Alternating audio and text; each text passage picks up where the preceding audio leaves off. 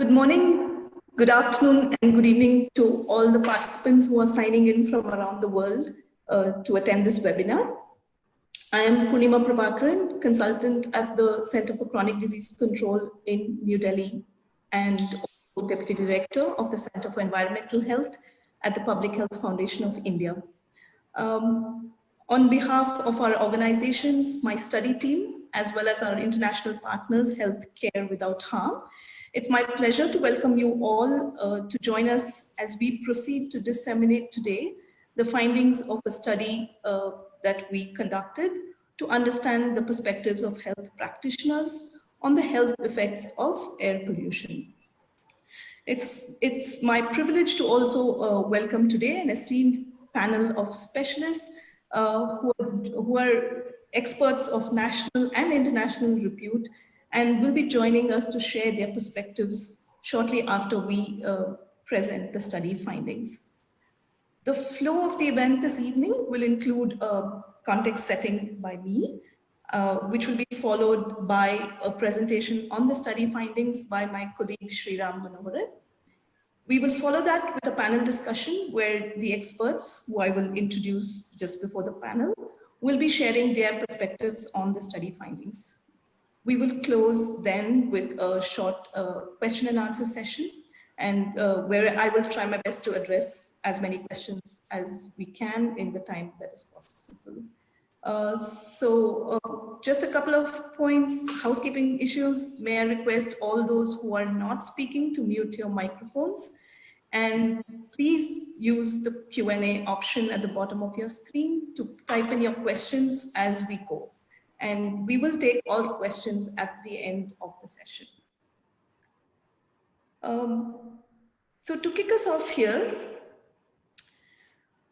we all increasingly recognize that deteriorating air quality is now a reality, not just the world over, but specifically so in our part of the world, in India, more so in the recent last 5 or 10 years.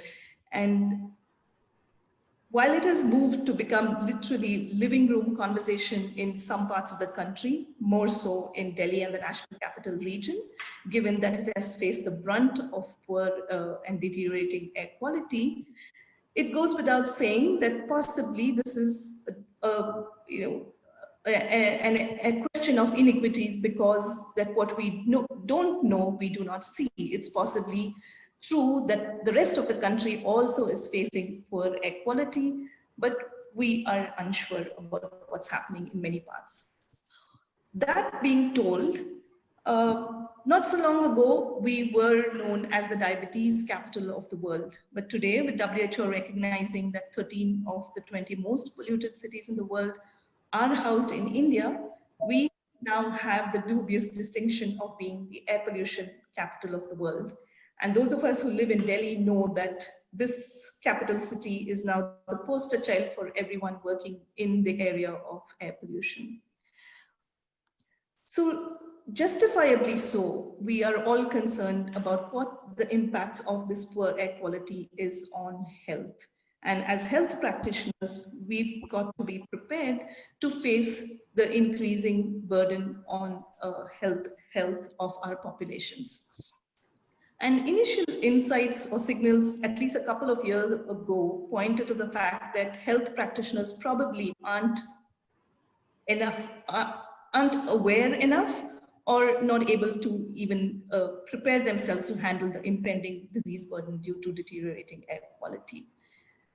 So we decided that while Delhi and the metro cities will probably pull up their socks and start to prepare their capacities to handle the health effects of air pollution, what's happening in the other parts of the country? We wanted to take the focus away to tier 2, tier 3 cities and begin to understand what doctors are thinking about air pollution.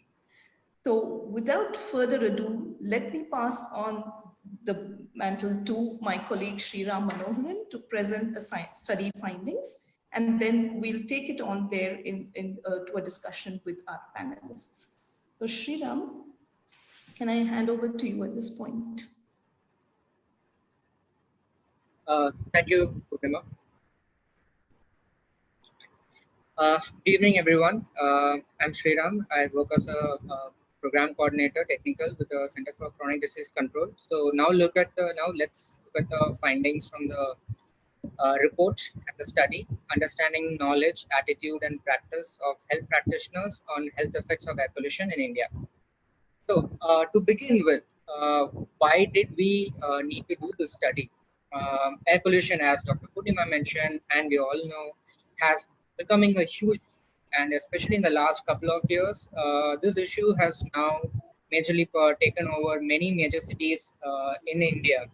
Uh, but the issue of air pollution is widely still discussed as a north-centric issue or northern India issue or a certain city issue. But let's look at the little bit of statistics supporting this. How other part of the countries fare. None of the states in India actually met the ambient air quality of World Health Organization, which is 10 microgram per meter cube. On top of that, one quarter of the Indian population inhaled extreme particulate matter concentration as recommended by WHO 9 times over, which is like 90 meter cube, microgram per meter cube on an annual basis. Latest Lancet finding also says that 77% of the Indian population are exposed to more than 40 meter cube of PM 2.5, greater than 40 meter cube, which is the recommended national ambient air quality standards. So given the small statistics, there are lots of statistics if you actually look into it. But with this small statistic, we can probably say that the air pollution is not just a Delhi-centric or a North Indian-centric issue, but still has been and is continues to be pitched as a national capital region issue. This gave us an idea to actually explore out of the national capital region, speak to the doctors, because as Dr. Purnima mentioned, and we all know that doctors are a very strong medium of communicators, especially when it comes to health matters. So we wanted to go to different states, certain states, speak to the doctors to understand how much do they understand about air pollution as a health risk factor, how much are they aware about the latest findings and the latest issues related to air pollution, and if they are equipped with that knowledge and awareness, are they effectively communicating with the doctors, to the patients about air pollution, and also to the within the community, recognizing air pollution as a risk factor. So the study setting, as we mentioned, we wanted to go outside the city, which talks about air pollution too much. So we decided to go to Kochi in Kerala, Raipur in Chhattisgarh, Ahmedabad in Gujarat, and Lucknow in Uttar Pradesh. The states were selected from a representative sample. First, we looked at annual ambient air quality index. Kochi and Ahmedabad are sparsely polluted when compared to Raipur and Lucknow, which are heavily polluted most part of the year. Population densities, again, Kochi, Ahmedabad, sparsely polluted, Lucknow and Raipur, again, densely polluted clusters. But where Ahmedabad and Kochi stood out was in the last decade, they've seen a rapid urbanization. And when we looked at the air quality data annually, Kochi and Ahmedabad have also seen their annual air quality index, which keeps increasing every year. So all in all, when we looked at the overall air pollution as a risk factor, all four cities have issues as air pollution with being a strong risk factor. So thus, with setting these four cities, we moved on to the doing our study. And this study was conducted in the months of February to September in 2018. How did we approach? We had a semi-structured questionnaire which had detailed interviews with a basic set of questions for all the doctors and a select set of questions for each category of doctor for relating to their specialization and how will they speak to the patients, how would they inquire about certain kind of issues. So what are the specializations? So we spoke to doctors who deal with general medicine, general physicians, cardiologist and pulmonologist. As you know, respiratory and cardiology are one of the important issues air pollution poses a risk, and pediatrics, because we wanted to speak to doctors in pediatrics to understand how well are they aware about air pollution, to understand the environmental risk factor among children. 6 doctors were interviewed in these cities, 4 cities, 3 from public hospitals, 3 from private hospitals, so that this private and public the definition we had, so that different socio-economic people would also visit these 2 hospitals. So it gave us a rich pool of information of doctors would hold. Once the data was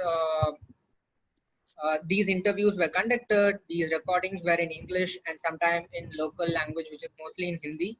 They were decoded into transcripts and then they were qualitatively analyzed. As you can see from the graph, about 34% of the people who we interviewed were general physicians, 33 were pediatricians, and 25 were cardiologists, and 8 pulmonologists. 8% were pulmonologists, exact. So now let's move into the findings. First question which we asked the doctors were very simple. It was, what is your understanding of air pollution? Some of them were able to understand and explain to us and give us a proper definition of air pollution. But when we dive deep into the conversation of air pollution, what are the sources of air pollution, not many were able to give us a proper explanation of where the sources of air pollution came from in general. And when we kept going deeper into this question, some of them did not think it was utmost importance to be spoken within the community of doctors. And again, these are community of doctors outside Delhi and outside, far away from all the noise about air pollution which keeps on going in the media. Some doctors were very, very skilled. They were able to differentiate and tell us what is particulate matter, what is the composition of air pollution, where do the sources come from. Some weren't. These qualifications were more, the private doctors were able to give us a proper definition, go deep into the sources and the pollution apportionment, but public doctors were not really that equipped. And when we quizzed more about this issue and we asked these doctors, like, why were you not able to explain about this air pollution? They mostly pointed it out, pointed at the training they got in their medical curriculum, which most of them said that they learned it as a part of community medicine, or some people learned it in specialization. This issue of air pollution in general is not really covered in the medical curriculum. And even after the curriculum, when they meet in meetings, workshops, conferences, they don't talk about air pollution as an environmental health risk factor, which has been growing in the past few years as a huge risk.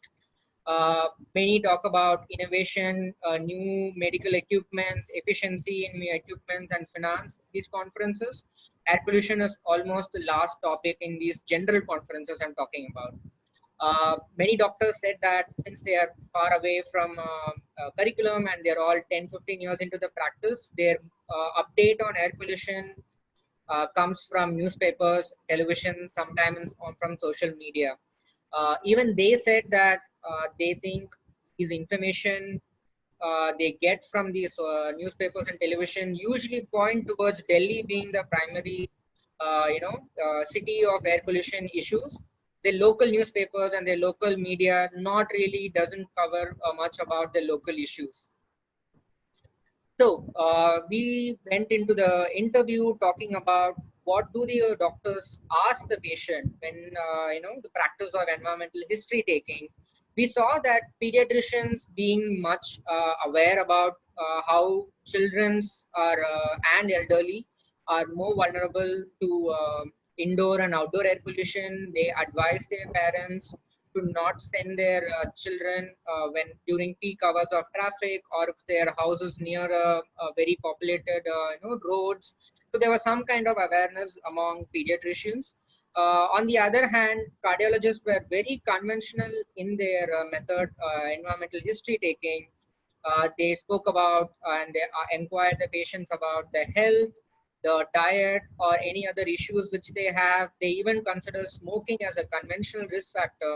But when quizzed about what about the indoor air pollution or the industry or their exposure on the during their work in some cases factories or thermal power plants, they really did not think from that angle.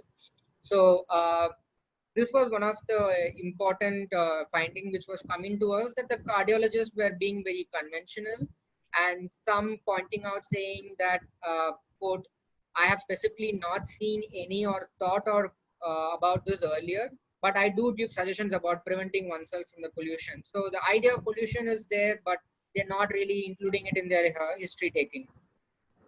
As I mentioned before, pulmonologists and pediatricians asked about the surroundings of the environment, socioeconomic background.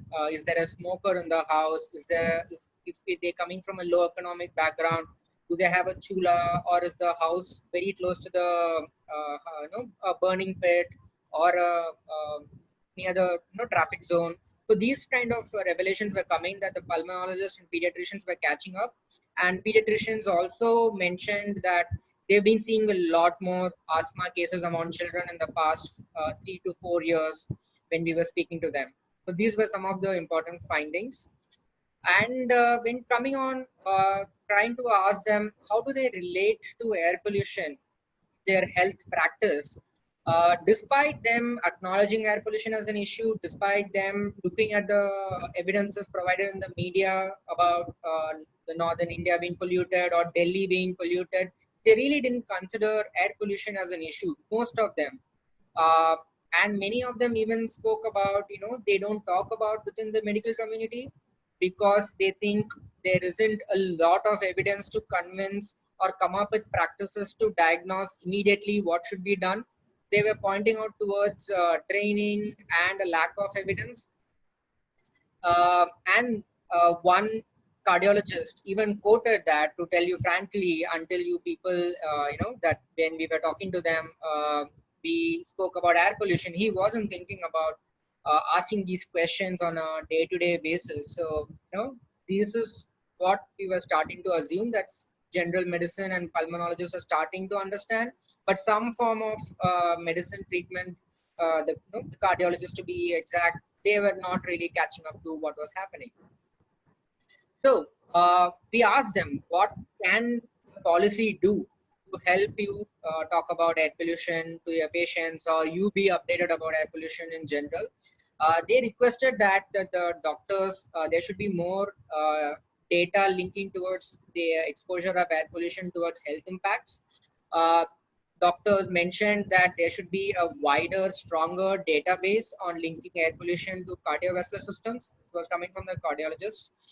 And some doctors said that they do see a huge footfall suddenly out of abnormal, but they can't, that they are so busy in their daily life, especially doctors from government hospitals, that they really don't have the time to sit down and spend time in the research or academics to not support that these public hospitals do see a high footfall, but they are short on staff.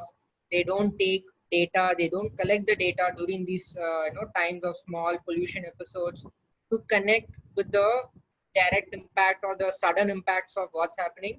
So these kind of lack in structures and data is failing with the doctors. Also, doctors said that most of the cities don't have air pollution, continuous air quality monitoring stations, which they can regularly check and then correlate with their daily practice. That was an issue. But one of the important findings which came refreshing to us from across all the cities and doctors is that doctors understand that air pollution is a problem. Doctors understand there are health impacts related to it, but they are failing it to inculcate it in their practice, their history taking, or in their daily way of going about it. But they say that if we get the relevant data, the exposure linking towards a wider database and regular updates within the community, they see themselves as drivers of change in communicating this issue of air pollution to public and to their doctors community. So moving forward, we think, and doctors also think that increasing awareness about air pollution should be there within the medical fraternity, because air pollution is starting to become a huge issue in India, in most part of the country. So there should be awareness which keeps on educating the doctors within the fraternity. The data collection in hospitals should be structured so that it helps the doctors as well as the civil community and the academics population who are doing this research. There needs to be a long-term, broader evidence base, and as mentioned, there should be increase in air quality monitoring within the country, so that the doctors in these tier 2, tier 3 cities can start visualization and correlating the health impacts from air pollution and health. If all of these are provided, definitely the health community can be empowered into creating the change. So our recommendations from these studies are this: the current curriculum of medical, nursing, and allied healthcare professionals should be revisited, and substantial allocation for teaching environmental health topics should be, like air pollution, should be inculcated. Health related issues like air pollution should be discussed in medical conferences and meetings. This should not be kept only for air pollution or environmental centric conferences. Doctors should also speak about it. Short term trainings and medical educations, capacity building programs be made online, so that doctors who wish to be updated can enroll in these programs and be updated. Healthcare community should be getting more news, the media, in social media, print, and in television, because most of the doctors, they're all busy, public or private. How they're updated with their science is also through the media. So many doctors don't have time to read medical journals which are getting published on a daily or a monthly basis. So they are preferring more media, social media or the print media for their information. So if all of these were given in a proper structured way to the doctors, definitely we see a unified, empowered health sector starting to advocate for environmental health importance in this country to fight against air pollution. Uh, so with this, I like to conclude the presentation, and I thank all the organization which supported us in doing it, and especially all the doctors which took time in spending talking to us. The interviews took like 20 to 30 minutes, and we saw firsthand how busy doctors are, especially in these cities, in government hospitals. So I like to thank all the doctors, and this research was possible with my colleagues Vidushi Bhavguna, Titiksha Shukla, and myself, supervised by Dr. Prabhakaran, and all the institution and all the people who helped us with all the support they could give, make this possible. So thank you, and let me hand it over to Dr. Purnima, who will be moderating the panel. Thank you.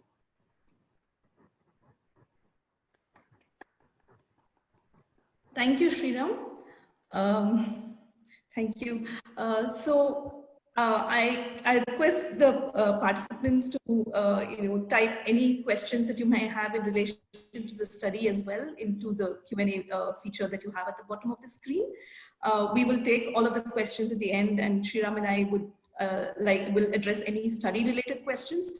But for now, I am very happy to turn over to our panel of experts, and I will take a few minutes to introduce the panelists to you. We have 4 panelists with us this evening. First of all, I'd like to welcome Dr. H. Paramesh. He's a reputed pediatric pulmonologist, an international voice in pediatric respiratory health. He's a director of the Lakeside Medical Center and also director of the Vivecha Center for Climate Change at the Indian Institute of Science in Bangalore. Dr. Paramesh, thank you very much for joining us on this panel today. Welcome. We're also pleased to welcome next Dr. B.V. Murali Mohan. He's a senior consultant in internal medicine and pulmonology at the Mazumdar Shaw Medical Center, Narayana Hridayalaya in Bangalore. He's a very well-respected practitioner in Bangalore and much admired teacher by medical students for several years now. Thank you, Dr. Murali, for joining us. Welcome to the panel. Next, I'd like to invite and welcome Dr. D. Prabhakaran. Vice President, Research and Policy at the Public Health Foundation of India, and Executive Director of the Center for Chronic Disease Control, but also a cardiologist training, and he was earlier with the All India Institute of Medical Sciences in New Delhi. And last but not the least, I'm really pleased to welcome Dr. Sudha Ramalingam. She is a Director of Research and Innovation and Professor of Community Medicine at the PSG Institute of Medical Sciences and Research in Coimbatore. Thank you, Dr. Sudha, for joining us this evening. I welcome all of you and really grateful to you for having taken out the time on a Saturday evening to join us on this panel. And at the outset, I'd like to, announce here, like caution actually, that while the study findings pointed to the fact that much of the discourse or interest around air pollution is Delhi-centric, I would stay away from assuming that all the doctors in Delhi are now well aware and prepared about air pollution. There's all the drumming about air pollution, but I would not make that assumption just now. This study, of course, with the caveat that we did move the attention away to tier 2, tier 3 cities, and that was a deliberate attempt to take the attention away and see what doctors in other cities are doing. But the panel here is very representative of the practitioners in all of these fraternities of cardiologists, pulmonologists, pediatricians, and public health, as well as they've all been medical school teachers as well. And a resounding theme that came out with the study findings was that while it was ingrained in us that smoking and tobacco is a risk factor for a lot of lung diseases and cardiovascular diseases, we are far from the day in recognizing this new tobacco, the air pollution. So what can we do going forwards about this? And I'd like to give all of the panelists about 8 to 10 minutes each to share your immediate reactions to the study findings. Secondly, given that this study was actually conducted a little over a year ago, do you think things might have changed a little bit? And especially in the context of the pandemic, when we are all realizing that yes, cleaner air is a possibility. So think a little bit about that as well, and do share what you think about that. And lastly, since you all, each of you represent one fraternity, like of pediatrician, cardiologists, pulmonologists, and the medical school and public health practitioner, Dr. Sudha, what would you recommend as an actionable agenda going forwards for each of your fraternities? So I'll turn it over first to Dr. Paramesh. And sir, may I request you to take it from here and use your 8 to 10 minutes to share your perspectives on the study findings. Dr. Purna Prabhakaran, can you hear me?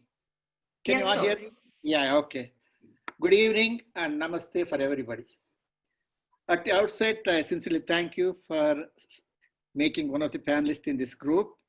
And Dr. Sriram Manoharan has put forward his studies real well.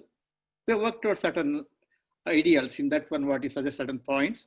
And also I'm having a company of the distinguished panelists like my friend Murali Mohan, Dr. Prabhakaran and Sudha Ramalingam. Thank you very much for all of you. I think going through the perceptions of the various doctors in this air pollution issues and the impact on the human health, while talking to Manoharan, few points I marked. One is some awareness is there in the doctor, but it is not a priority for the community practitioner. That's one of the issues that was raised. My reaction to that, I totally agree with that. It is generally true, but it is more so in peripheral and rural practitioners, which have to look into it. Many specialists are not aware that air pollution has important impact from womb to tomb. Many people don't know. It can change the genetic pattern and also involve all the systems in the body, especially the 2.5 micron we have been looking for the past 2 or 3 decades. Earlier, we never were aware of those things. One point. Second thing is the topic in the environmental issues, especially air pollution, was not a part of medical curriculum, except mentioning in respiratory diseases and prevention social medication. It is also, I agree 100%. As a student in 1963-64, preventive and social medicine at that time, we used to participate in exhibitions. During that time, we had to show that health exhibition, the darkened lungs from the tobacco smoke and healthy lung, what it looks like. We are all focused on that one only. I agree with you, as a matter of fact. Third point, Manoharan mentioned about the global recognition of the respiratory, non-respiratory problem from air pollution is not considered as a major problem. Well, it was true earlier. As Purnima, what you mentioned is not true anymore. We have learned a little more about it. And also, doctors should take the lead as a coordinators in quality education of the society and all the stakeholders, as a matter of fact. We are not aware that healthcare sector can also contribute for the air pollution. That we have to be aware of it ourselves. The healthcare workers are more prone for ill health from the air pollution ourselves in the hospital, in the clinic. That also comes from the various sources like the incinerations and the hospital waste, the boilers, generators, sterilization unit, refrigerator, anesthetic, halogenate anesthesia like halothane, enfluorine and isoflurane. And each fluorine and chlorine molecule, one molecule can kill about 1 lakh molecule of ozone. And they can live for less than 1 year to 1,000 years, these molecules. We have to be cautious of those things and transport and also in the hospital. These are the issues, many of the gas what we produce, we are not aware how health sector also contribute for the air pollution. They are not that big, but among the 10%, we are one of them. Coming to the fourth issues, what we covered, the pulmonologist, pediatrician recognize the evidence of the linking the pollution of the lung disease and other fields. There is no sufficient data except tobacco smoke.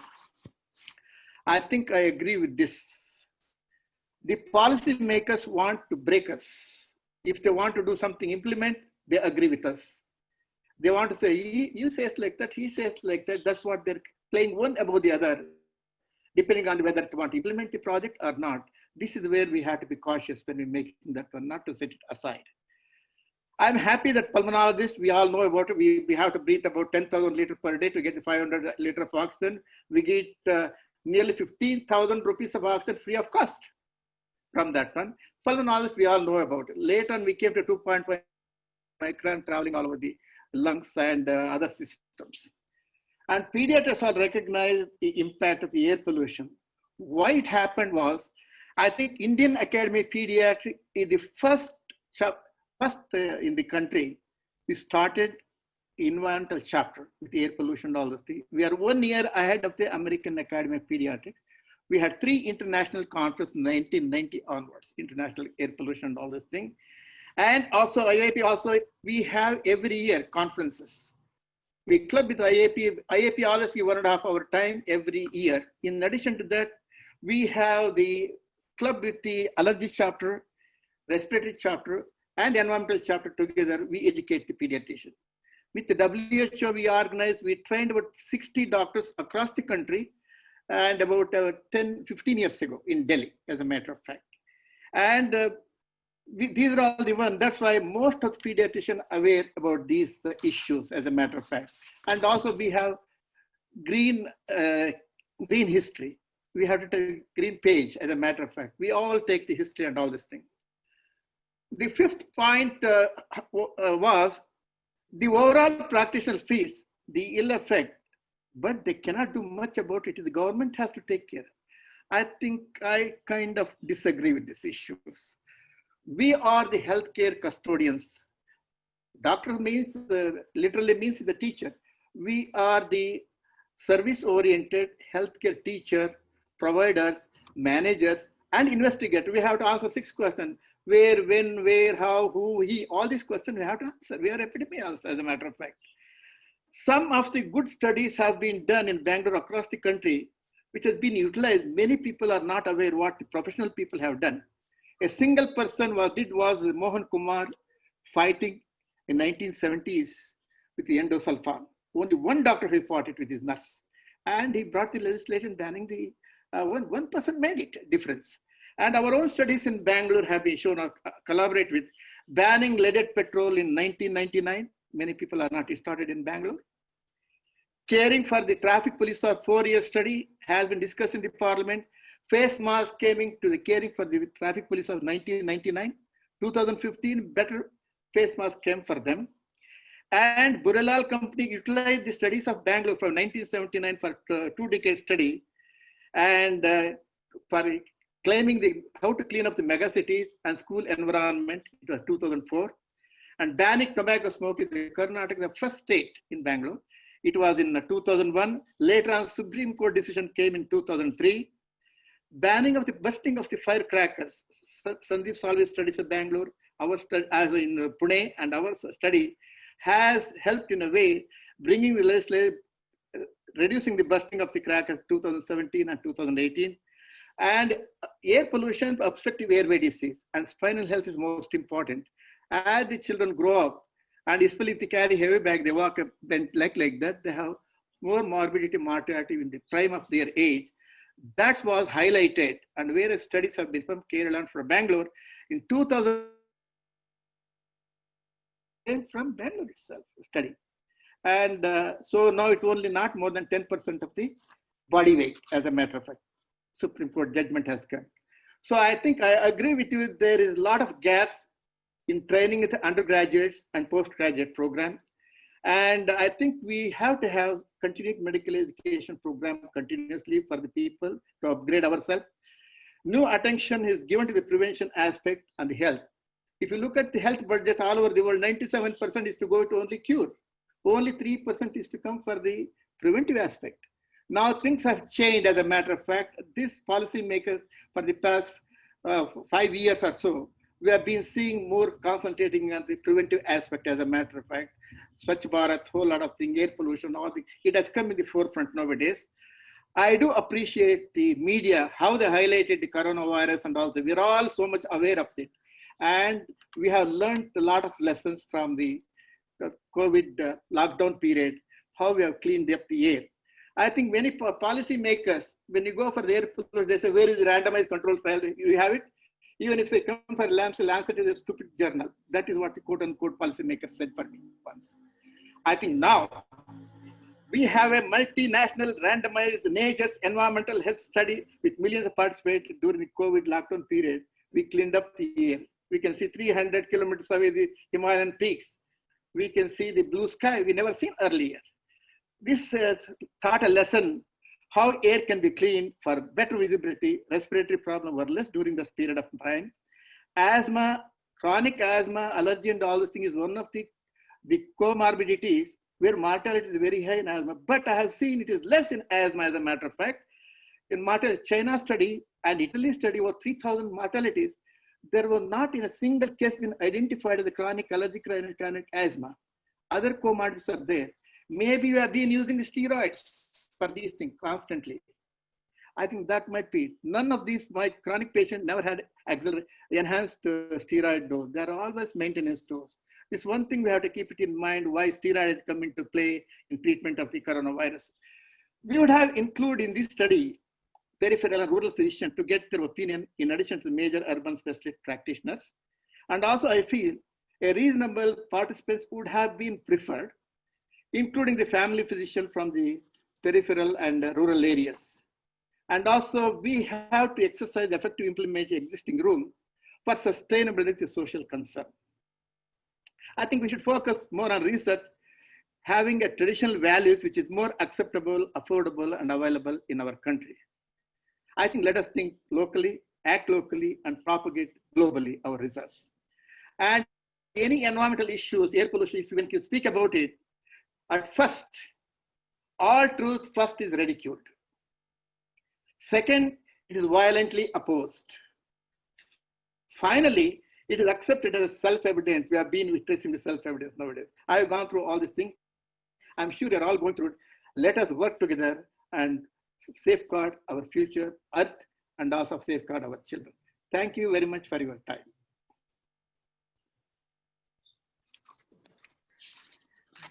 Thank you, Dr. Parmesh. As always, a very passionate submission there on behalf of the pediatric fraternity.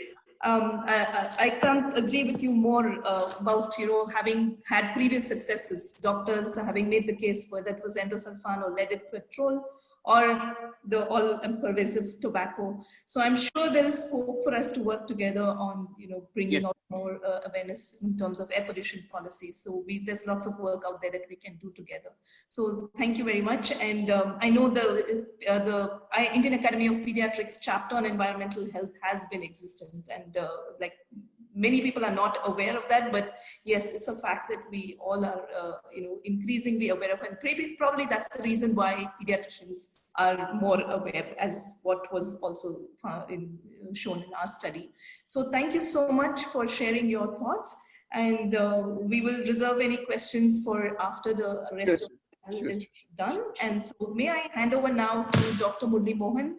As I already introduced him earlier, he is a renowned senior consultant in internal medicine and pulmonology in Bangalore, and very well respected and admired medical school teacher for many. So thank you so much, Dr. Murli Mohan, for joining us here today. May I now hand over to you to share your perspectives on the study findings and what your fraternity of practitioners think as an actionable agenda going forwards. Thank you, Purnima. Thank you for inviting me to be one of the speakers here and for commenting on this very nice study that you all have done. I think it's a very important study. Dr. Parmesh already spoke about the impact COVID has had on, modern life, the life in the last 6 months. And apart from all the distress that we're going through, I certainly am seeing a lot less of respiratory disease other than COVID, which points to the very important role that pollution plays. We've seen huge declines in pollution levels. He already referred to dramatic scenes of the Himalayas being visible after a very, very long time. But we're seeing the same in Bangalore. I'm hearing birds in our garden, which I'd never seen in the last 20 or 30 years. Sparrows are making a comeback, which is unusual. And certainly the air is largely cleaned up, and I'm not seeing so many exacerbations of asthma and COPD. So that's the good part of it. Can we go back in time and see, has mankind known about the effects of pollution? Yes. We got it slightly wrong with malaria, but we recognize that malaria, bad air, was responsible for illness, though we missed the connection with the protozoan in between, the plasmodium. But mankind has always linked the presence of bad air with bad health outcomes. And this has been shown repeatedly. The very first occupational lung disease that was described, an occupational disease, in fact, was by Ramazzini in about the 16th century. And again, was associated with work exposure to pollutants. In 1952, I think they had a huge number of deaths in London, and London was horrible. I mean, you read Sherlock Holmes, and Sherlock Holmes talks about the fog, the yellow fog that licks through the streets of London. And, it's nothing but smog. It's not really fog, because London was one of the most horribly polluted cities in the world until the early 50s, when they brought in the Clean Air Act. And suddenly there was a huge dip in the number of deaths, these acute deaths that occurred, huge exacerbations of asthma and COPD that killed off many people. The West has gradually cleaned up its act, it's cleaned up its air, and unfortunately we have not followed suit. And you also referred to the problems that have happened in Delhi, but they're not only in Delhi. We react only when you get a major disaster like the Bhopal gas tragedy or the recent styrene outbreak in Visakhapatnam. But we forget the insidious effects of air pollution that are all around us. I'm very glad that you said that pulmonologists are a little more aware of the effects of air pollution. And this is something we emphasize to our postgraduates. And indeed, when we teach undergraduates, one of the first questions we ask them to find out is not only smoking, but also the effects of non-smoking pollution, talking mainly about biomass fuel exposure. And this is because the relationship of biomass fuel fumes to negative lung outcomes has been repeatedly pointed out for many, many years now, but have been highlighted in the last 10 to 15 years, starting with the survey by Dr. Sandeep Salvi, whom Dr. Parmesh already referred to, and Peter Barnes, who's like the god of pulmonology these days. And they came out with this interesting observation that non-smoking COPD, study started in Pune, but is extended to other areas, is actually a commoner cause of COPD than smoking is. And that's something that unfortunately we don't ask about enough as doctors in general, GPs in particular, and even as pulmonologists. Very often I have to go back and ask my postgraduates, have you asked about smoking?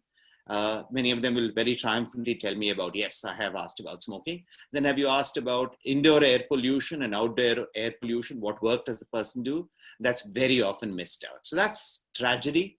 We have been speaking about making tobacco use, not just smoking tobacco, but also smokeless tobacco, a vital sign, just like the pulse or BP. But we also realize that we need to ask about other sources of pollution, whether at home, occupational, and remember that a woman's occupation is exposed in a smoky kitchen, indoors for many hours a day, getting exposed to smoke. So this is really a form of occupational exposure.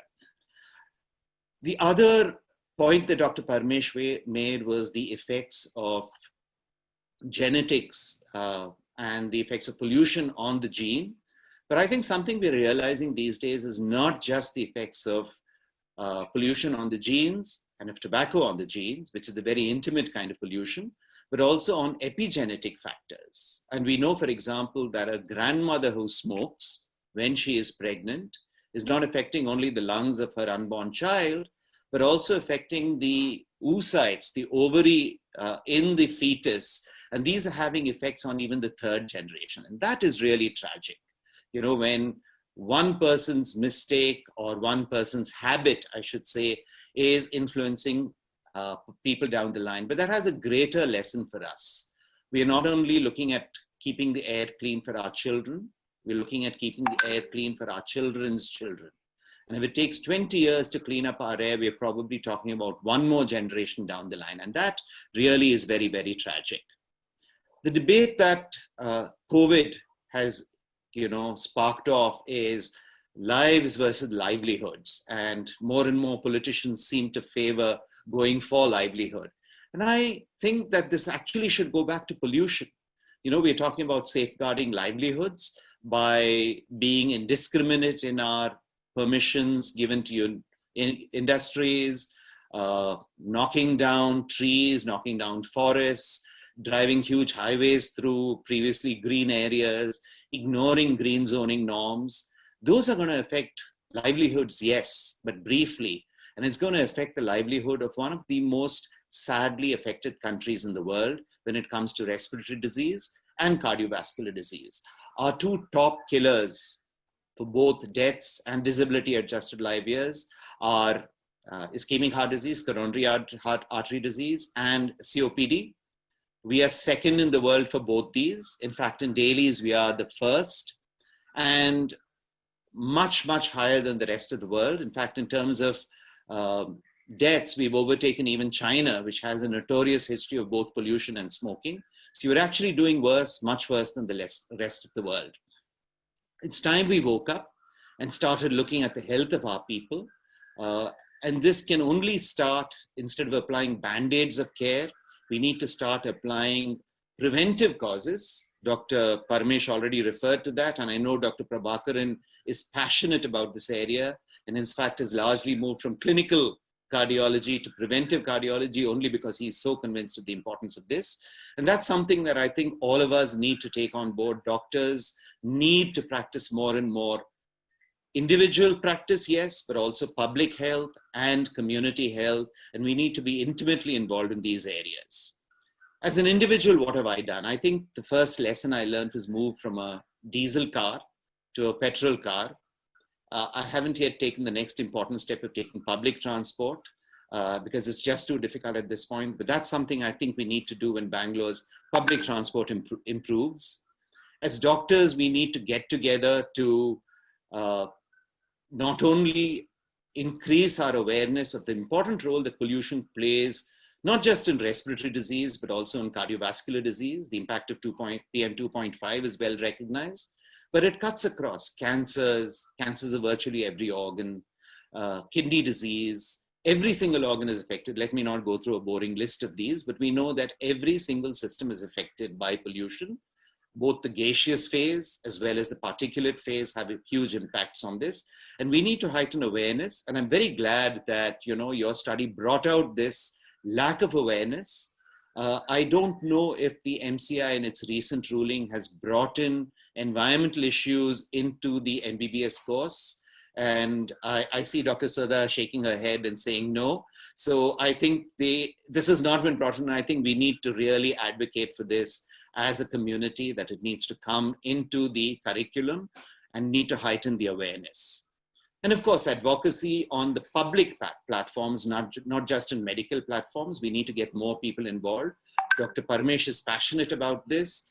He's focused a lot on children, and I'd be happy to partner with him in joining, you know, in improving the health of adults too. And we've seen the dramatic benefits of that in the COVID era.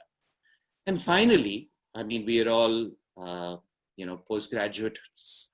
We've all done research. And I think this is an area that is sadly under-researched. We need to move into more research, both getting opinions like you did, but also taking it down to the molecular level and get advanced institutes investigating what is the link between pollution, the different pollutants, and healthcare outcomes at all levels, from the individual, from the cellular molecular level to community levels.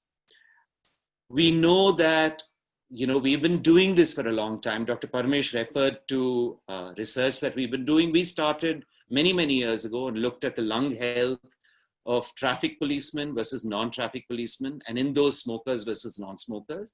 And obviously, traffic policemen who were smokers were the worst affected. But to our surprise, traffic policemen who were non-smokers were actually more affected than, non-traffic policemen were more affected than traffic policemen overall. But obviously smoking, while it had a role, traffic fume had a much greater role in our, when we did the adjustments. So traffic fumes are as bad for our health as smoking is. The other study we did a few years ago, published by my colleague, Dr. Kirtana, who's at Ramaya as a physiologist now, is on the effects that changes in pollution have. And we could show that every rise in nitric oxide had a significant impact on asthma exacerbations and admissions in various hospitals over Bangalore within the next couple of days. Temperature variations and PM2.5 had impacts over the next 5 days. So we know that there is a direct link between asthma, COPD, and ambient air, both indoor and outdoor. I'll stop at this point, congratulate you on an excellent study, and hope we can spread awareness of this even further. Thanks, Dr. Purnima. Yeah. Thank you, Dr. Murali. I mean, there was a very fine articulation of all your perspectives, ranging from, you know, highlighting the fact about the insidious onset of health effects of air pollution to a very pertinent point on the intergenerational effects. Not many people, tend to think about that. You know, it's not just the current or the immediate offspring, but also the next generation that is going to face the impacts. And that's right there cutting into our demographic dividend. Like all the children to come are going to be affected by the deteriorating and poor air quality across the country. And also, you know, your stress on the importance of prevention as well as research, how important it is to build that evidence base for us in India. Many of us who work in this area are cognizant of the fact that there is among the policymakers a feeling that we don't have contextualized evidence. Where are the health effects? Where is it documented using Indian data? So a real clarion call there for all of us to work towards that. It's not like we are not doing it, but a real call there for more research to happen. And I think we should start, that research mind has to be ingrained even in our medical students, starting with our medical students. And that can only be done if we start to change the curriculum. And just to share with you, we are already there. I know we have a couple of people from Ministry of Health here. We are working with them. We are trying to have some conversations with the powers that be who are working on changing medical curriculum, and hope we'll bring that change sooner than later. So thank you so much. That was an excellent presentation by you. And we'll hold any questions for you till after the next two speakers. I'd now like to invite Dr. Prabhakaran. He's the cardiologist on the panel as well as public health practitioner, passionate about preventive cardiology, as Dr. Murali Mohan mentioned. We invite him now to share his perspectives on our study findings. And like it was already mentioned, intuitively, we all think about respiratory effects as the dominant health impact of poor air quality. But even at the level of the UN and WHO very recently has put out air pollution as the 5th risk factor for non-communicable diseases. And it is now top of the table risk factor for cardiovascular diseases. So I would now turn over to him to share his perspectives on the findings. Dr. Prabhakaran. So a very good day to everyone, and thank you, Purnima, for inviting me to be part of this panel, and also thanks to Sriram for making that wonderful presentation. And a huge congratulations to all my colleagues at the Center for Chronic Disease Control for doing this study and seeing it through. Now, I also have a part-time position at the London School of Hygiene and Tropical Medicine, and I would like to quote one of the icons of London School of Tropical Medicine, Sir Geoffrey Rose. Sir Geoffrey Rose said that sick individuals arise from sick populations. And how do we get these sick populations is obvious to everyone: air pollution, the food that we eat, the low levels of physical activity, so on and so forth. Now, reflecting on the presentation made by Sriram and reading through the report, as to why did the cardiologists feel that air pollution is not important, I thought there are 2 or 3 reasons why many people in my fraternity think that it's not important. Number one is, as cardiologists, we're always attuned to thinking in a dichotomous fashion in terms of diseased individuals versus non-diseased individuals. And when we look at cigarette smoking, it's easy for us to say, okay, smokers have 2 times or 3 times the higher risk of developing a heart attack, or 2 times higher risk of having a stroke, or dying 10 years earlier than others. And that's very intuitive for us. The second is in terms of the way exposure assessment is done in terms of air pollution. PM 2.5 measurement, people think, is kind of esoteric. PM 2.5 is not a single entity. There are multiple components within PM 2.5, and how it can increase cardiovascular disease risk is one of the questions which has not been very clearly addressed by people who advocate passionately about air pollution. They talk about air pollution increasing the risk, but some of the mechanistic studies and some of the pathways through which PM 2.5 increases cardiovascular disease have not been well articulated. For example, if we look at one of the things that we look at, I'm sure Dr. Murali Mohan would have seen, maybe Dr. Parmesh would have seen in his practice, is that many Indians have a very high heart rate. If you look at the average heart rate of Indians, it's 90, 100, in that range. Why do people in India have a high heart rate as compared to others? It appears to be air pollution, and seems to be one of the major reasons because of its activity on sympathetic nervous system. It actually increases the sympathetic nervous system activity, and therefore there is a higher heart rate.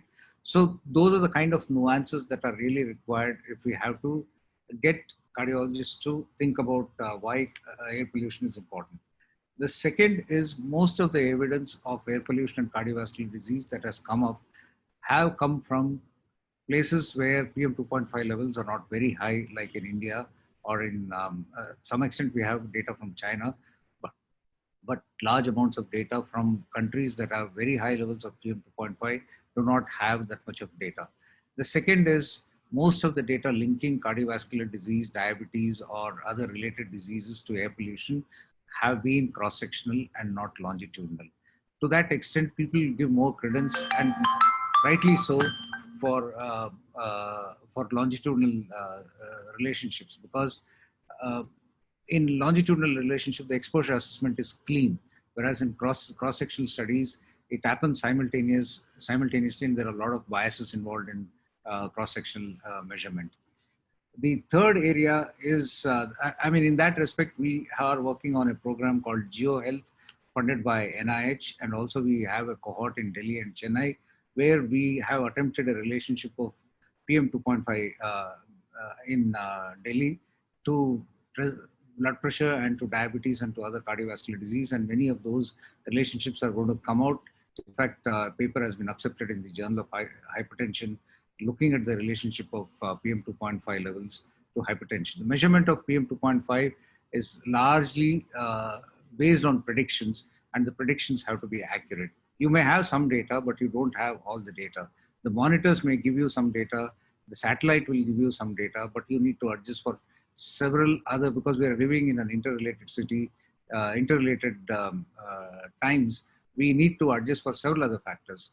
Like when you look at air pollution, we need to adjust for land use. We need to adjust for the built environment. We need to adjust for the indoor air pollution that happens. We need to adjust for the passive smoking that takes place. We need to adjust for the transport networks that we have. And there are lots of things that we have to adjust for, and only then we can actually tease out that exact relationship of air pollution to a cardiovascular outcome. In our study, we have shown that there is both short-term, medium-term, and long-term relationship with blood pressure. The blood pressure is higher by 3 to 4 millimeters of mercury for every 25 microgram increase in PM 2.5 levels. Now, one might ask, what does this make? What's a big issue about having a 3 millimeter higher level? From 120, you get it to 123, you're still normal, there's no problem.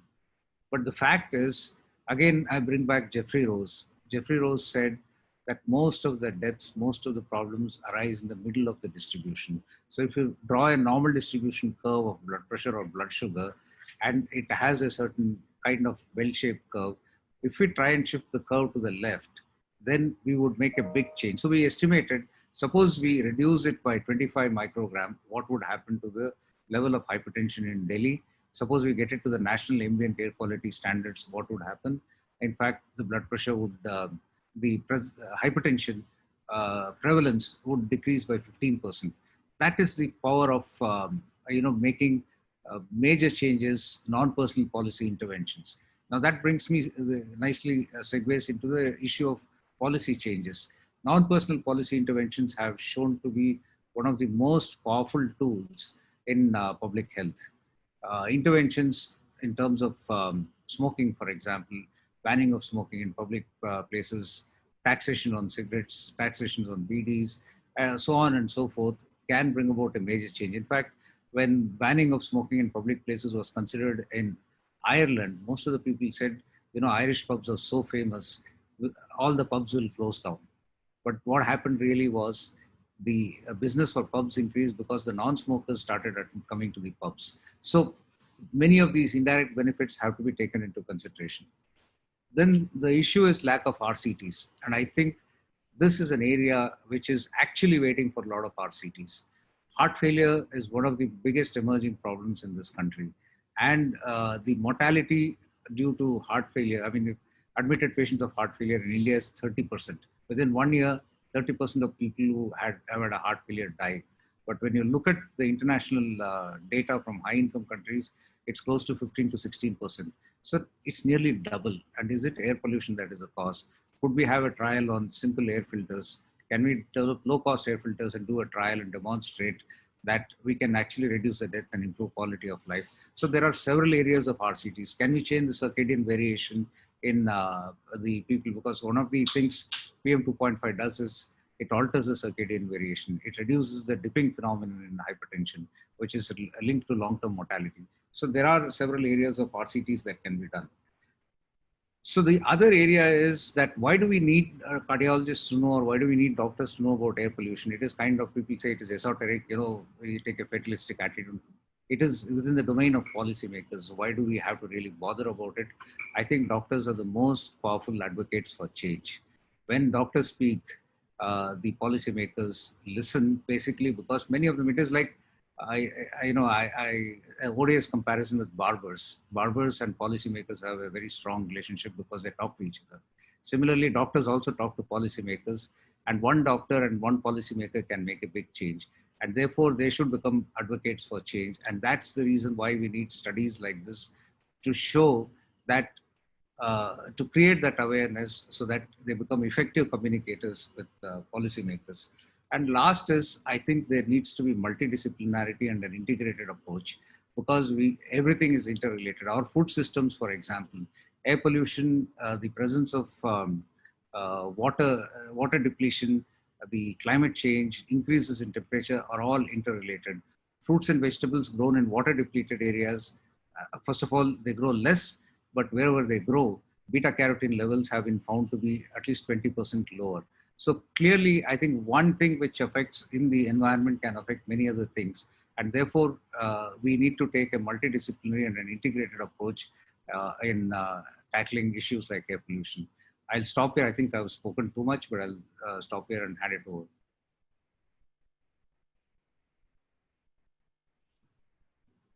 You're muted. Yeah. So thank you, Dr. Prabhakaran, for having shared your perspectives on that. We agree, and probably you have confirmed for us that it's not intuitive for cardiologists, and the fraternity of cardiologists needs to kind of up their learnings on the air pollution and impacts on cardiovascular disease in India for sure. And I think there will be a push for that with you leading that. But also thank you for highlighting the research that is happening around the space. I think that's an important point to highlight, because it is like Dr. Murli Mohan pointed out earlier, the top 2 killers are cardiovascular disease and respiratory illness. And if we don't pull up our socks now and be prepared, it's not going to happen. So thank you so much for highlighting all that research, as well as the policy mechanisms that might work, and the multidisciplinarity and the integrated approach that we require to push for the policy change. So I will now look at what we have in the form of questions here. Thank you all once again to all the panelists for your very strong articulation and your sharing your perspectives on our study findings. They're very important for us, especially like to corroborate what we found when we went down to the ground to do the studies. So I have one question here, which is which is from Dr. Rameshwaran. He is actually with the National Center for Disease Control with the Ministry of Health. Dr. Parmesh, this question was to you. Will it be possible to elaborate on the details of the contents of the environmental history taking? I think he's asking about the green page that you mentioned. Could you elaborate a little bit about that? Yes, I think this has been prepared by American Academy of Pediatrics, that lady. And this carries about starting from the mother environment during pregnancy, what it is, what is the indoor air pollution, what is the food she is taking about it, what type of delivery it is, cesarean section or normal delivery, what is the birth weight of the child, and anybody smokes in the house, and what is the indoor air quality, what are they having, cross ventilation. These are all the story will come there. I can pass it on, the page is there, green page. I can pass it on. Yeah. So thank you so much. So that was only one question that is up there in the question answer box. And I wanted to address that question now at this point after the 3 domain specialists have spoken. But I will now turn over to Dr. Sudha Ramalingam. She's actually the professor at the PhD Institute of Medical Sciences and Research in the Department of Community Medicine. She's also Director of Research and Innovation. So I'm sure she's going to give us a slightly different perspective than what we have already heard now from the practitioners. So Dr. Sudha, may I now hand over to you to share your perspectives on our study findings, and then we'll address any other questions that we have from the audience. Dr. Sudha. Yeah, thank you, Dr. Poonama, and a very good evening to all of you. It's a pleasure to be here and be a part of something that is very close to my heart. So first of all, I would like to answer your first question. What did you think about this study? When you saw this, what is my reaction? My first reaction was like, wow. So this is such a simple study. It doesn't take much, it doesn't need a big lab or anything, but it's such a simple study, but it has a lot of translational potential in terms of prevention and creating awareness. So it's a simple step towards a bigger cause. So congratulations to the team for bringing out this report, which is very timely. So that was my first reaction. So with regard to the curriculum, I'm very glad like all the three panelists have spoken about public health, and I'm very happy all three clinicians are into public health, which is one of my, a long standing kind of anguish, because public health, does not get the due recognition, at least in India. That's my feeling as a public health practitioner and teacher. But I'm very glad like all clinicians are, gave the emphasis towards public health. So as a medical teacher, what I would like to say is like what Dr. Paramesh and Dr. Murali Mohan had already emphasized in their talk, especially in the UG curriculum, whatever finding you reported in your study, and I can totally align with, relate to it perfectly, because the current competency-based medical education, that is the revised curriculum, also does not have enough emphasis on air pollution or environmental health for that matter. So my personal view on this as a medical educator and also a researcher and a practicing public health physician is that this environmental health curriculum should be introduced from day one onwards as they enter the medical school. So it should be an integrated curriculum which should be taken along the entire course until they pass out as interns. So we talk about diet, we talk about physical activity, but we don't talk about air pollution or environmental health in that matter, like in that sense, for asking history or even as a risk factor in the class. So that is a major lacuna that we have. So if policy makers can take note of it, it will be a great one step towards preventing environmental pollution. And second, for postgraduates, in my personal experience, what I feel is, again, at least in community medicine curriculum, the book that we recommend, Park and other textbooks, very little emphasis on environmental health. The thesis is mostly like, what we give is mostly on general cardiovascular disease, risk factors, or reproductive health. I'm not saying those are less important, but environmental health is also equally important. Just as we talk about junk food, we also need to talk about environmental health, or even more.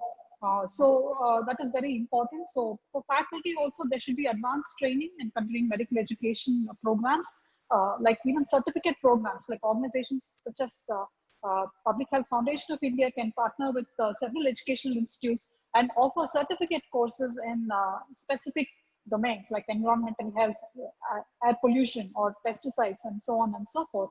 So that will be of extreme importance. So these are some of my thoughts on this, and also we have to broaden this scope, like have more grants towards environmental health and talk about environmental epigenetics.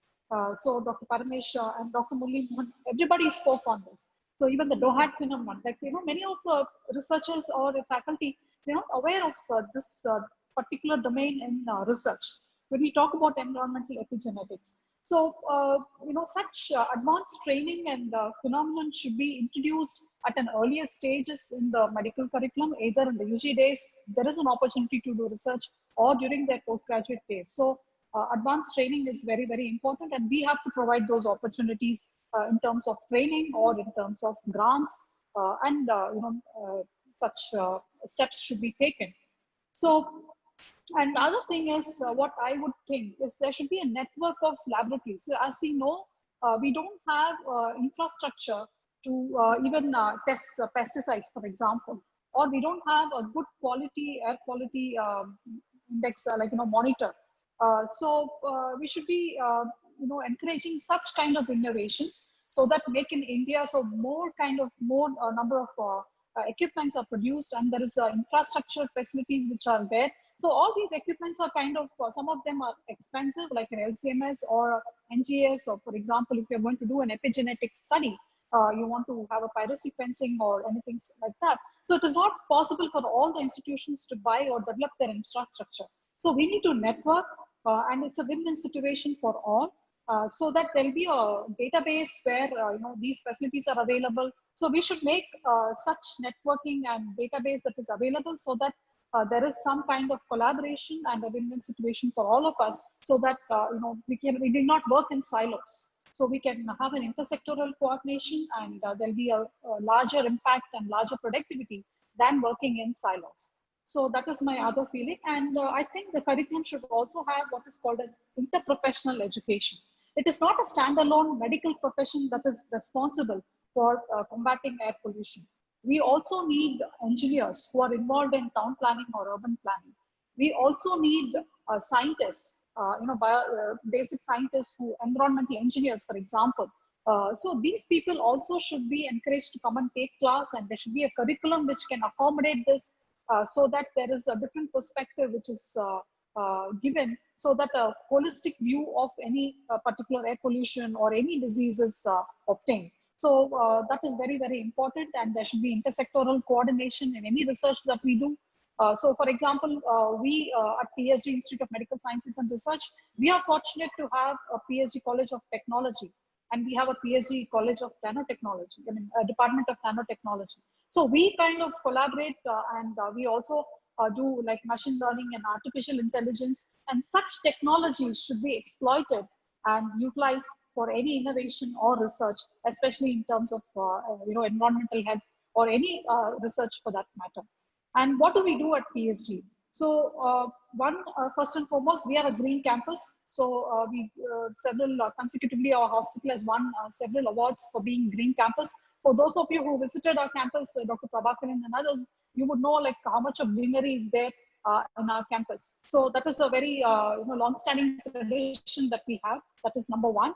And two, we as for UG teaching, in my small bit as a teacher, I give them short-term projects when they want to apply for ICMR short-term projects, or even otherwise, I give them something that is related to air pollution or environmental health, so that that bit of awareness is created, so that it is like having a snowball effect, and it can translate to further awareness and training in them.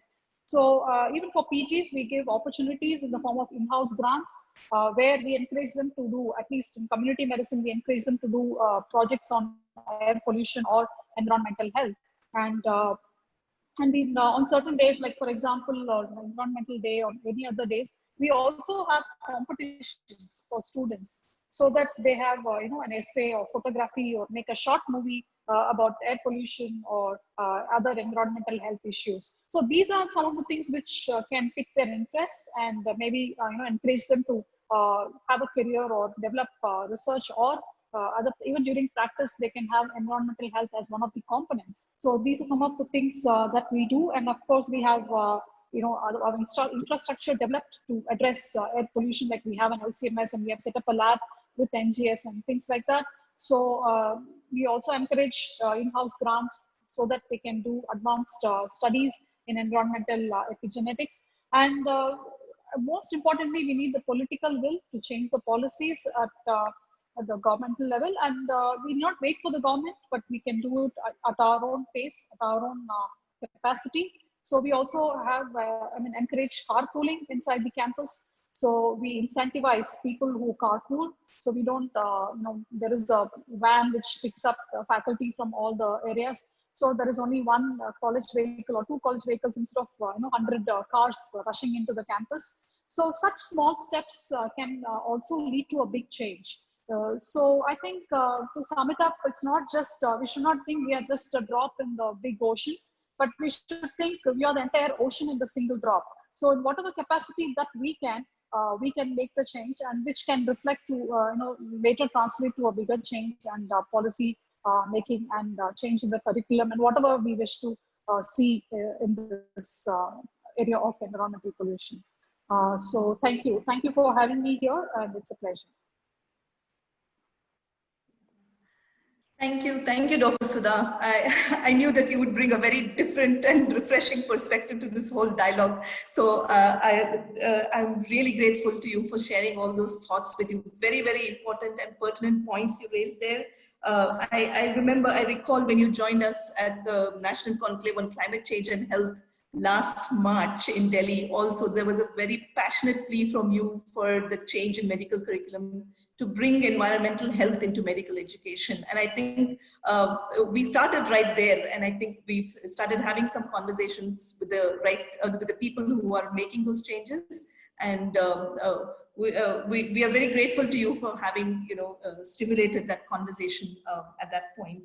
And it's really nice to hear about all the initiatives that you have on campus. You literally are practicing what you preach in terms of, whether it's the green campus or carpooling or, encouraging your medical students with those small research bursaries. I think that is so important.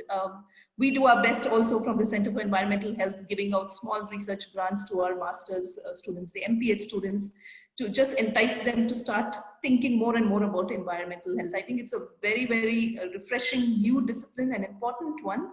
And the very many things that you are doing at your institution are really, really commendable. And I'm really glad that you were able to share all of those examples here on this panel. And I know there are lots of people from very different institutions on in the audience here today. We are also on Facebook Live.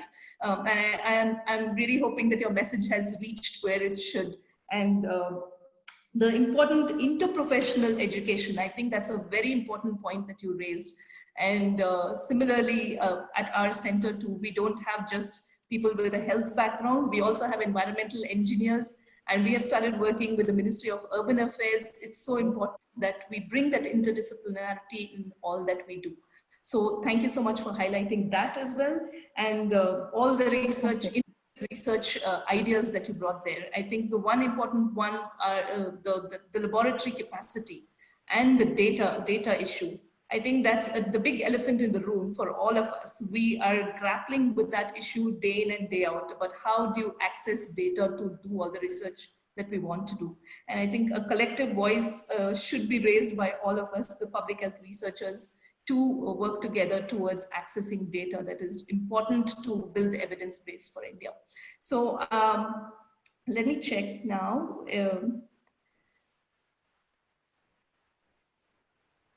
Okay, so this is more a study related question. I would like to ask, how do doctors, or where the study was done, responded to air pollution and respiratory disease, as it was a place of rapid urbanization?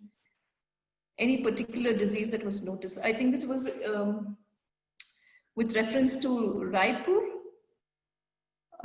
So, I mean, details of the doctors that we met, if that's what you are asking for, Dr. Anshul Upadhyay, please do write to us. We can share that information.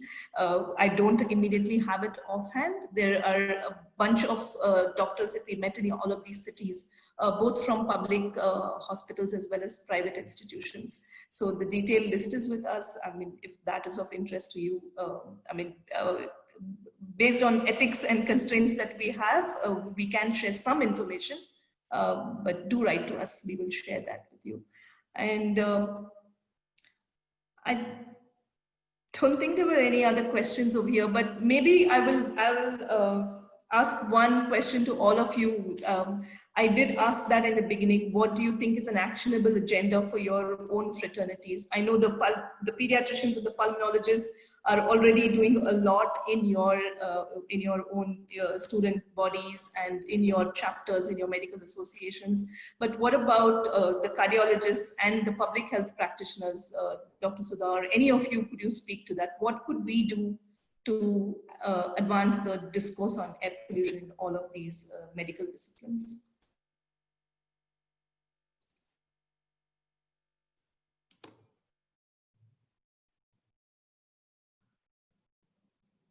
I thought you were assigning the order of people to answer the question, but because there's silence, let me start off by answering this.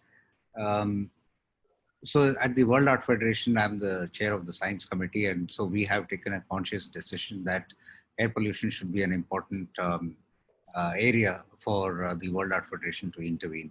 So in that regard, we have an advocacy document that's going to come up and publish in collaboration with WHO. The idea of this is to create awareness amongst cardiologists, particularly during World Art Day and other conference times, that it's important to address air pollution. The second is we have created a toolkit for cardiologists to use in terms of PowerPoints that will also be released soon to learn about the mechanisms as well as the mitigation strategies for air pollution. The third area where we are working is with partner societies like American College of Cardiology, American Heart Association, even the Japanese Society of Cardiology, and in the next few months we have a conference called the Great Wall Conference in China, So in all of them, we have embedded a talk on air pollution, a symposium or a talk on air pollution. Then working with the NCD Alliance, which is an international organization, we have air pollution as a theme in what they call as a marketplace, where people come in major conferences at 1 hour time is allocated during lunch, where people discuss topics of current importance. Within India, at the Cardiology Society of India, in the last, annually they bring out a textbook during the conference, and I think air pollution is a topic which we wrote, Bhargav and I wrote around 2 years back. And also there are the symposia talks as well as important plenary talks on air pollution. So I think it's not that people are not aware, it's slowly picking up, and these are all very useful in terms of advocating to the government for interventions to reduce air pollution in the country. Okay, thank you for sharing that, and that's good to know that there are some positive steps in that direction. Would anybody else like to share anything on that note? Yes, I think Yes. Indian Institute of Science has taken initiative, is one of the center in Asian countries for the Future Earth Center also, Japan and in Bangalore, the center.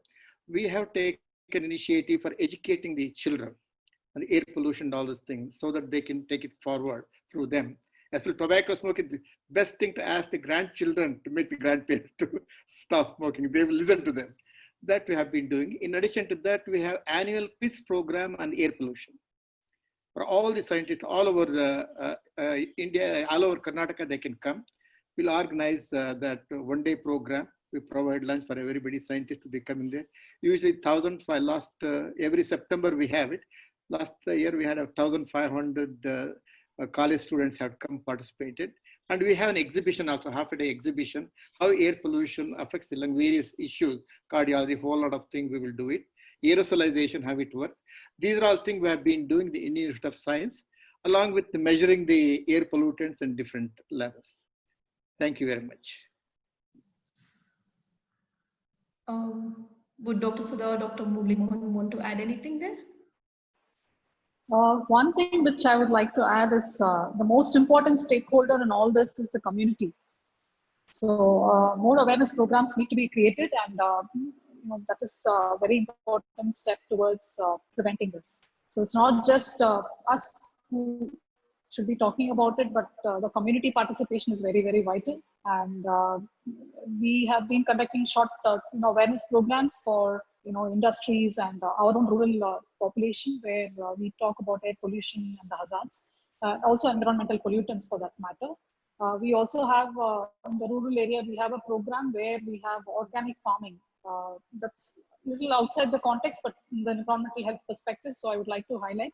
So we also have self-help groups whom we utilize, or we won't say utilize, we would use their expertise to go and spread the awareness on air pollution, not just about immunization or maternal child health. We also create awareness through them on air pollution and also pesticides and other environmental toxins. So we have a 3-day capacity building program, and which is also an income generation activity for them in producing organic pesticides. So we have a training for them every year. There is a vocational center where we do this. So they use this as an income generation activity. And we also have a modern farm in our own rural center where we have grown organic vegetables. So these are some of the activities which we can do to enhance the awareness in the community. Thank you. Yeah, thank you. And I'd like to share here that PSG is one of the institutions that came on board with us to enhance awareness within the hospital. So we have the monitor, the television monitor in the waiting room, where we are projecting the air quality data in your city, and also providing information, education, communication, IEC material around the health impacts of air pollution. And we have facilities across the country that are coming on board to do something similar. So that's another example of the community awareness that you joined with us on that initiative as well. So thank you so much. And I know we are the hour there, but I have one last burning question, because you mentioned DOHAD, Dr. Sudha. So there's one fraternity of practitioners that we did not include in this study, and that is the obstetricians. just want to hear your thoughts on, I know we should have had a representative from there as well, but that's a constraint on our resources as well that we missed them out. But knowing now that air pollution has impacts on birth outcomes as well, birth weight, premature deliveries as well. So closest is Dr. Paramesh, but this is open to everybody. Do you think, we need to, start talking to FOGC and other people? I have already on other issues, but air pollution as well in a very, very, powerful way because of the impacts on birth outcomes. Your thoughts? I totally agree. Yeah. Yeah, especially given the womb to tomb kind of that is true. impact. I think that's, I feel, a limitation of my study, and I feel we missed out the obstetricians, but I'm sure we can make that damage good by doing something very positive going forwards, talking to that group of practitioners as well. So